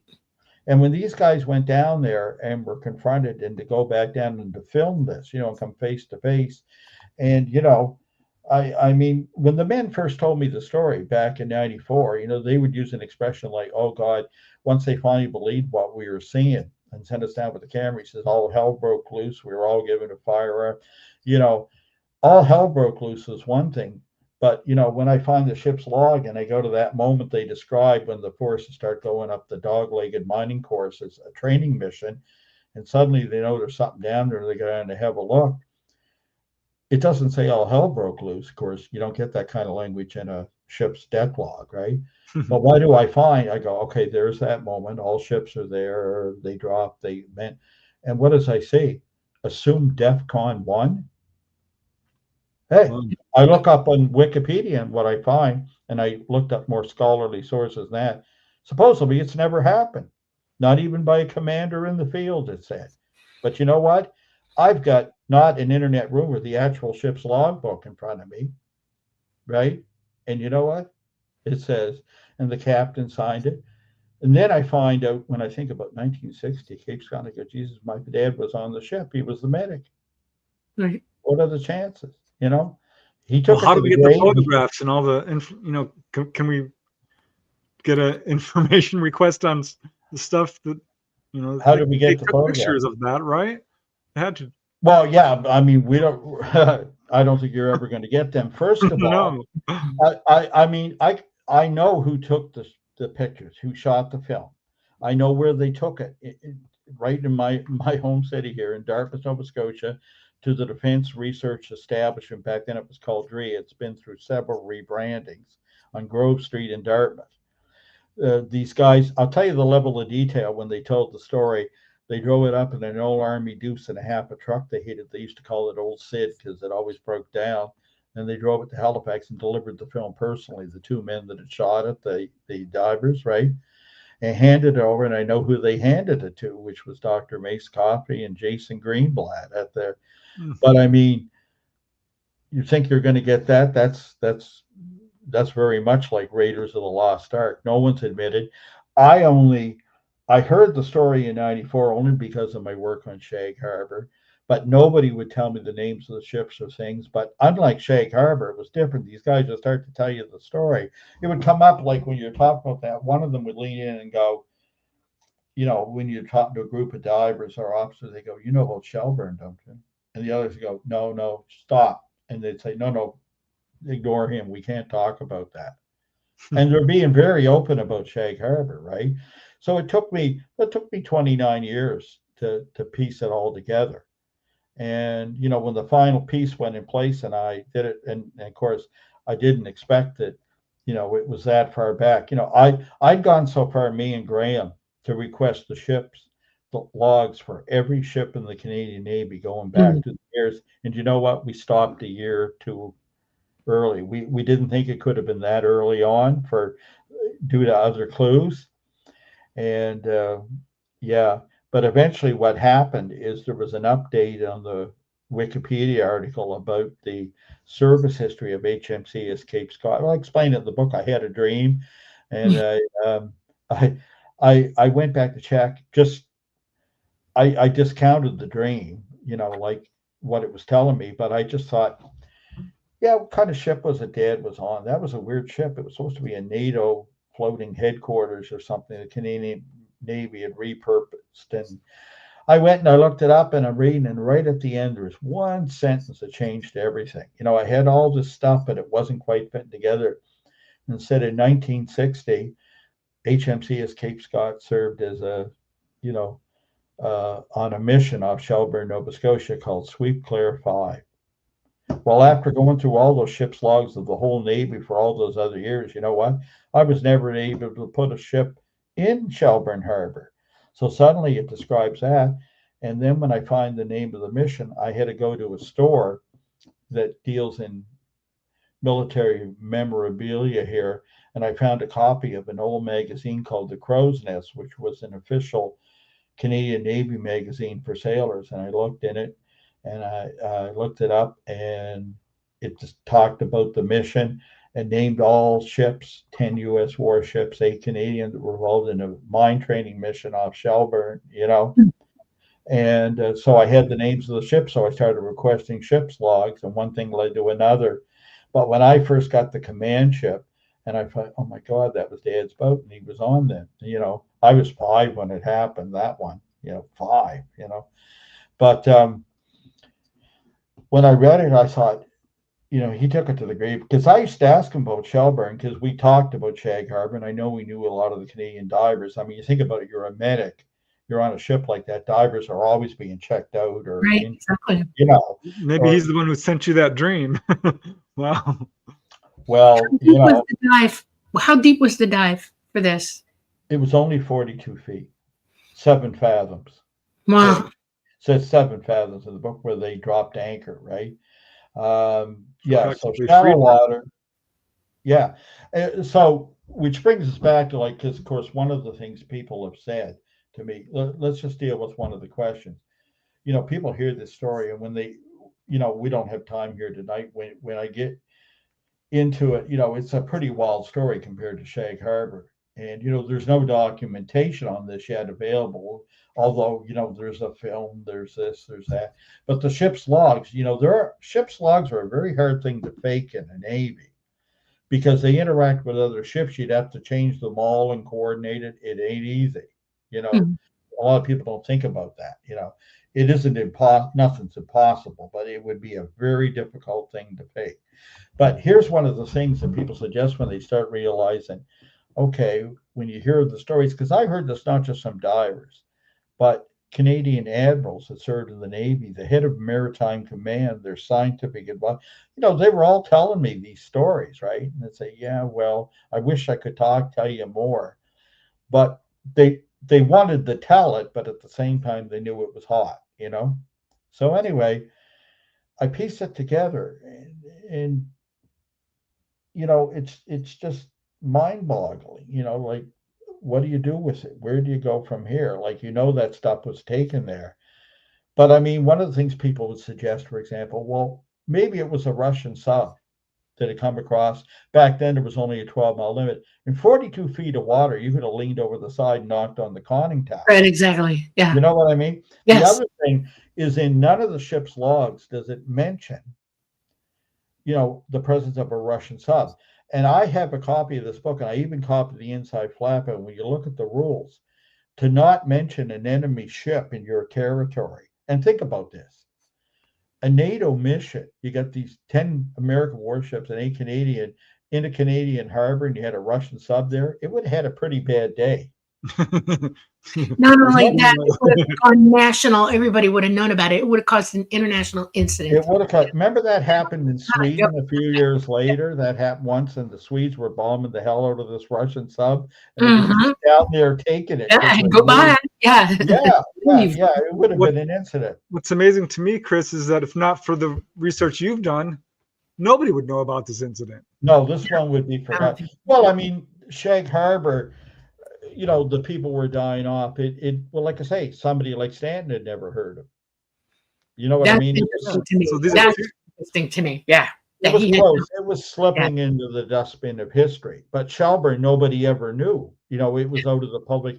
You know, you're 10 miles, you know, from downtown Shelburne out at the outer entrance of the harbor that looks more like a river, the configuration.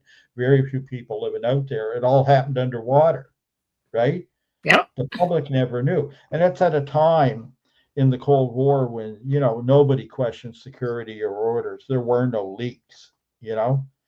And it was only because of my work in Shag Harbour dealing with these people that were in the hands-on position that it started to leak out. But they would start to leak and then you'd see them. They'd get scared. They'd get like these guys, like I could talk about Shag Harbour, they talk about other UFO cases, very strange things.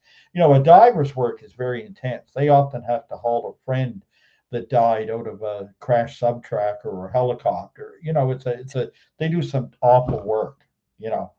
And but to see these guys, and when you start to push their button saying, well, what do you mean? Just tell me the name of the ship you're on, and you'd see they start realizing they'd said too much. And these guys were saying, I'm sorry, I can't say anymore.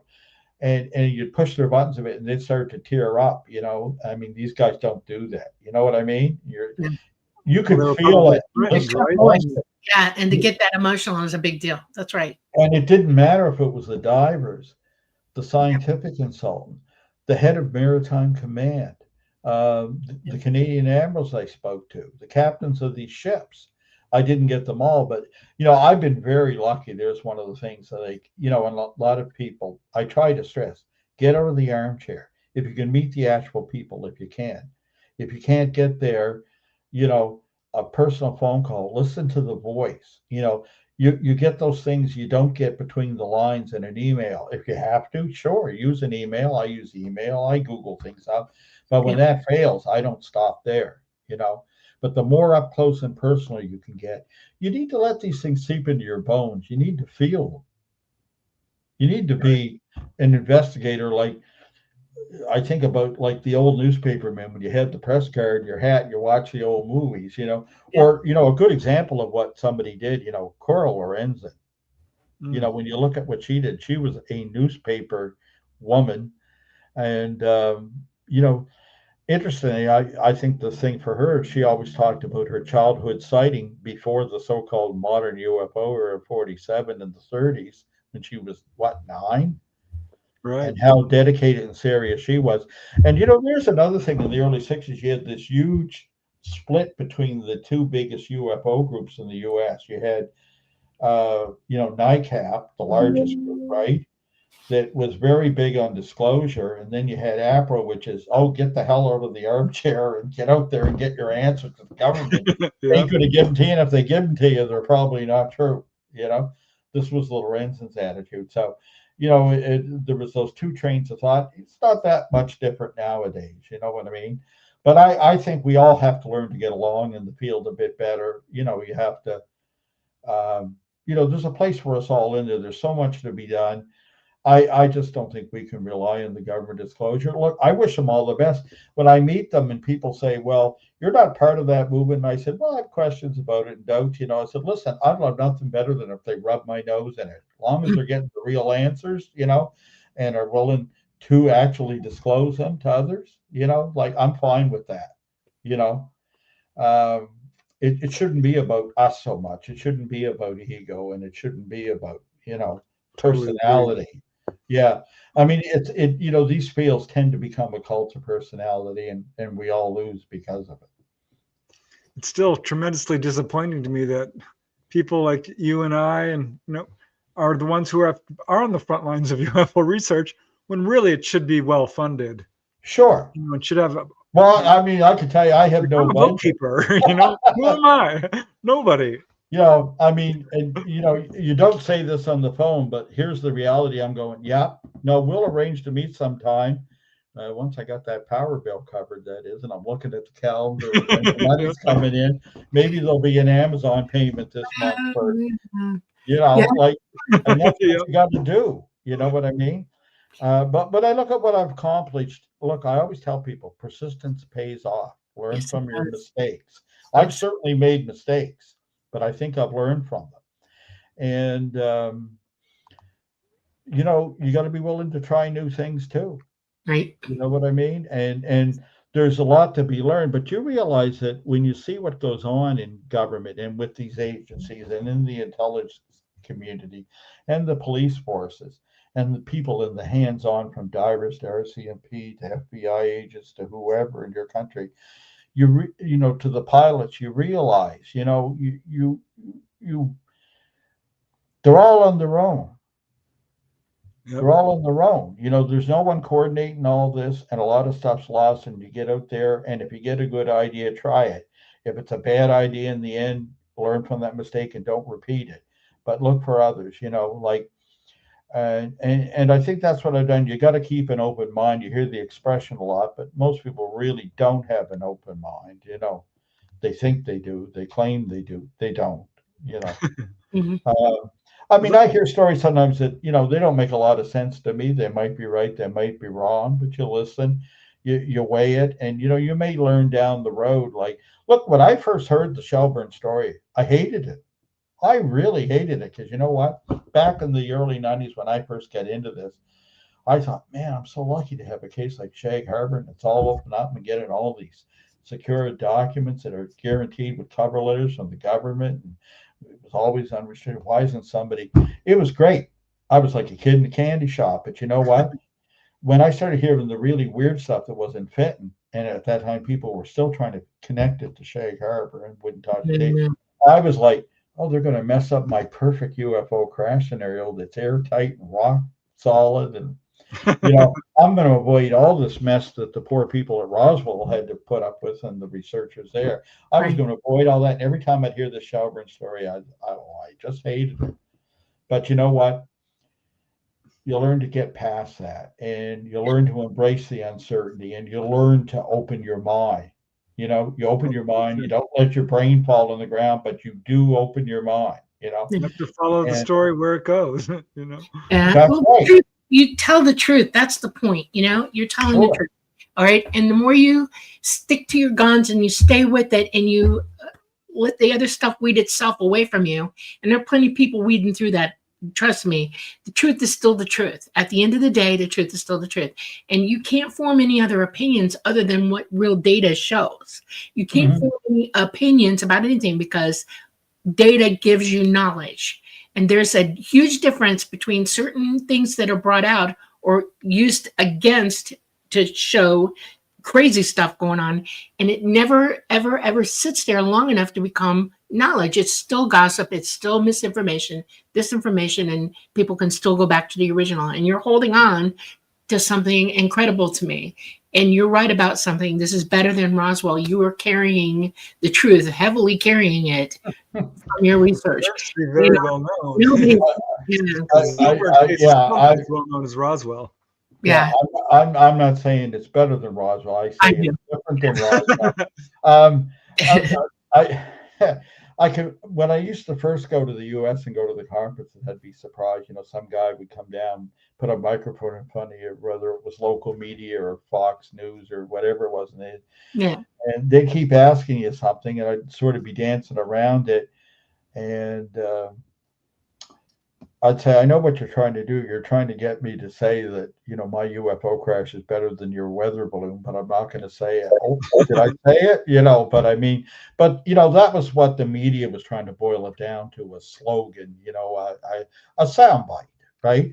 yeah, You know, and, you know, unfortunately, we do have to use sound bites. You know what I mean? It works that way, yes, right? Because if somebody calls up and, you know, yeah, even if they're going to do a good short interview and they say, Chris, we actually only got about 3 minutes at this point in the national news, right? Okay, so they're going to ask me what's the significance of the Shag Harbour incident. You're going to have to give them a soundbite, right? And I had one, right?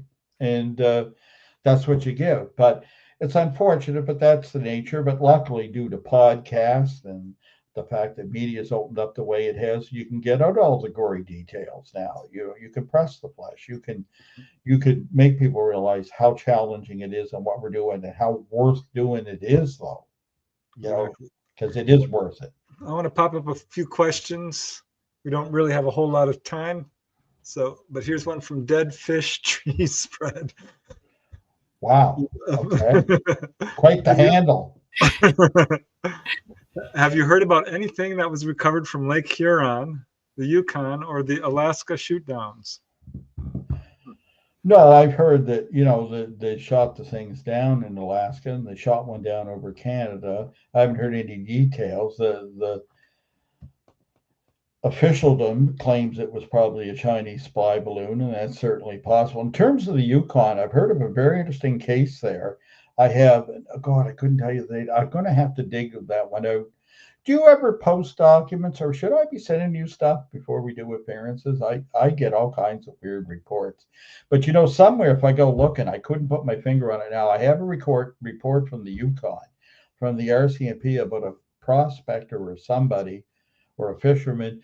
He was up there and he was out in the summer in some weeds somewhere, like near some swampy ground, and he heard a very strange sound. And suddenly something was chopping this stuff down. He couldn't see an object, and it sounded violent and life-threatening, and he hit the dirt. And when it was all over, it had stirred up, destroyed a lot of vegetation. It actually ground down into the water bottom of this, and he reported to the RCMP, and they came and found the evidence of this and tried to recover something. But I don't know, but I have that RCMP here. I'll have to dig that out. I got so much of that old stuff here, and I just so busy with the things that I do, and life keeps getting in the way. As Preston and I were, I suppose, whining about working with little to no budget. In my case, no budget. I've been lucky enough once or twice to have brief support from a TV show to, do a dive or, go to Ottawa for 2 weeks. That was back in the 90s, and there's been, little since, but I do what I can when I can. But yeah, there's that interesting case in the Yukon. If I get that up, I'll send it in, or maybe we can talk about it the next time. But yeah, Lake Huron, no. I mean, there's lots of activity over the Great Lakes. I know that. Oh God, yeah. And that goes back. There's those great cases like the Kinross case. The jet's never been found. They thought they had a couple times, but never has. And certainly something strange happened with that, with the Moncla case there, and yeah. It's lots of sightings over the Great Lakes, of course. And that's like, you're coming up in October. You should mention that when you're up for the conference, those dates, that's the anniversary of the Shag Harbour incident, October the 4th, right? Right. So we're right down there where it's going to happen, and we're going to be there. So you're in the right spot, at the right time. The only thing we can't do is take you back in time, and that's one of the unique things about the conference we have down there is that we take you there, you meet the actual witnesses that are still alive. There are several.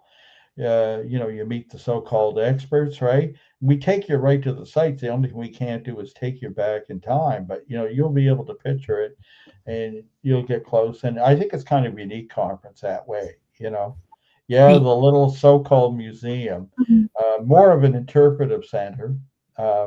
Yeah. Yeah, well, I'm looking forward to it. It's going to be a lot of fun.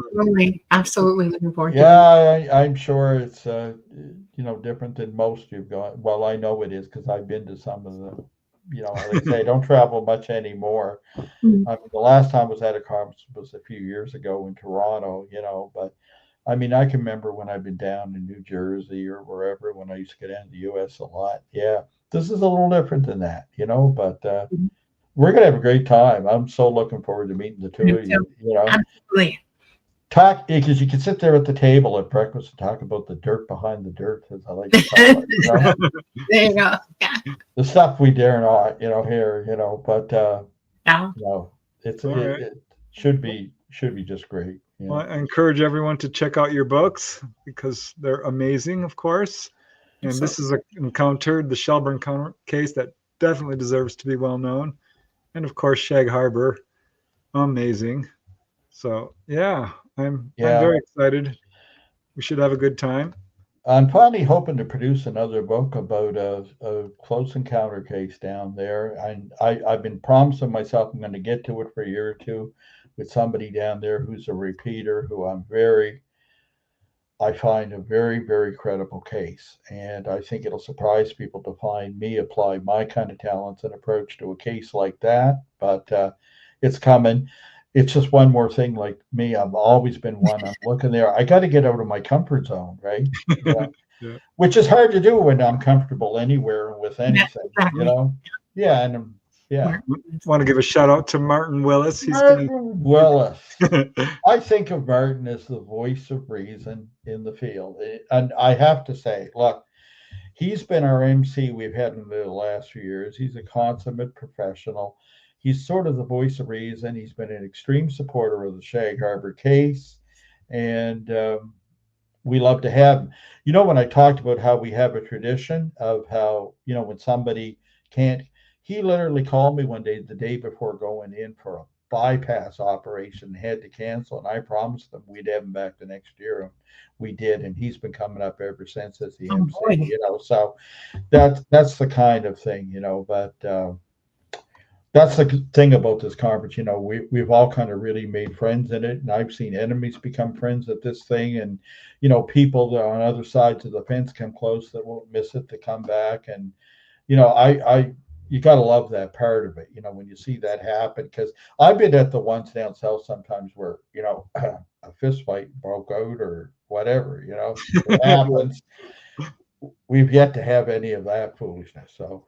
You know, I was at a conference once. But yeah, no, Martin's great supporter of the case and me and my work, and you know, but yeah, he just does a great job for us of keeping things moving along. We have some good tech people there. We have you know, it's a long way from the fishing village and the church hall we used to do. You know, Martin's a big part of it. That's awesome. Very cool. Is there somebody else we didn't get to there? That must be it. Everybody, just Me, the two of you, Mark D'Antonio, Darcy. Is that it? I think it is. Yeah, well, you know, and of course, I think the other star, if anyone was to come or finally want to go to a different conference, is the area itself. You know, it's kind of unique looking out there into the Gulf of Maine, and you know, you can sit there. It's not that hard to imagine that strange things happen here. You know, it just has that feel to it. And, you know, most of these great sightings here, a lot of people say, how come it's always October? Like when I talked about the case in Metro or Shag Harbour or, hey, Shelburne, October, what is it? Well, it just wouldn't apply to the Shelburne case since it's underwater. And I say, well, there's probably some practical reason. We tend to get a lot more sightings because often, you know, it's a time of year when we have clearer skies and not a lot of cloud cover and a lot of, you know, it's just sometimes that simple, like, you know. But there's a history here of all types of the phenomena, like I say, from close encounters to just the really exotic, weird stuff, you know. And unfortunately, you know, one of the negative aspects when you get a case like Shag Harbour or Shelburne is it kind of eclipses the real heritage of all these other aspects of the phenomena that happen. But, you know, you'll get a taste of it and meet some of the people, the locals. And, I'm very excited. Yeah. We'll probably be driving along and say, oh, God, you know what happened here? You know? I love those running conversations about stuff. Preston did that to me all the way out to Georgia. Oh, I have a case right there. And we'd look at the town a little bit, you know. Yeah, we drove right through Hopkinsville, Kentucky. I'm like, oh, yeah, wow, yeah. Like, there it is. Yeah, I mean, well, I hope some people watching can make it because it's going to be a fun show. Absolutely. October 3rd to 5th. Thanks, Chris. But we do have to end the show. Well, thank you for the interest in having me again, and looking forward to meeting up there, getting up close and personal with you both, and it should be a blast. Absolutely. You know, tell everyone, you know, keep looking up. Take your hands out of your pockets. Too many people walk around with their hands in their pockets. Camera out. Look up. You just never know. That's right. Yeah. Right. God bless thanks, you. Chris. Thank you, everybody. I want to give a quick shout out to all you folks watching. We truly appreciate it. You guys who've generously donated really helps us a lot. Much Very love much. to you, Namaste, and Bob Thorson, Raul Melendez. You guys are amazing. JD, thank you. We love all you guys. It's truly Yep. because of you we do this show. So thank you so much for your support. Kayla Bradley says, Chris is certainly a pioneer in his search for the truth. Lovely guest. I totally agree. Great guest, great show. Thank you guys. This was awesome. So, Right. yeah. All right, Dolly, got to bring us out.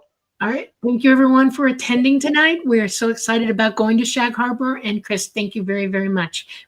I've learned to hold you in great esteem already, and I can't wait to meet you in person. We are coming to you live from the beautiful city of New Orleans in Louisiana at the United Public Radio Network at 107.7 FM and the UFO Paranormal Radio Network at 105.3 FM. We're on Facebook, we're on Roku, we're on Rumble, and we're on YouTube. Everybody go have a wonderful week. September is a great month. It's a great month to be in. Y'all be good. And we'll see you next Monday. Night, night.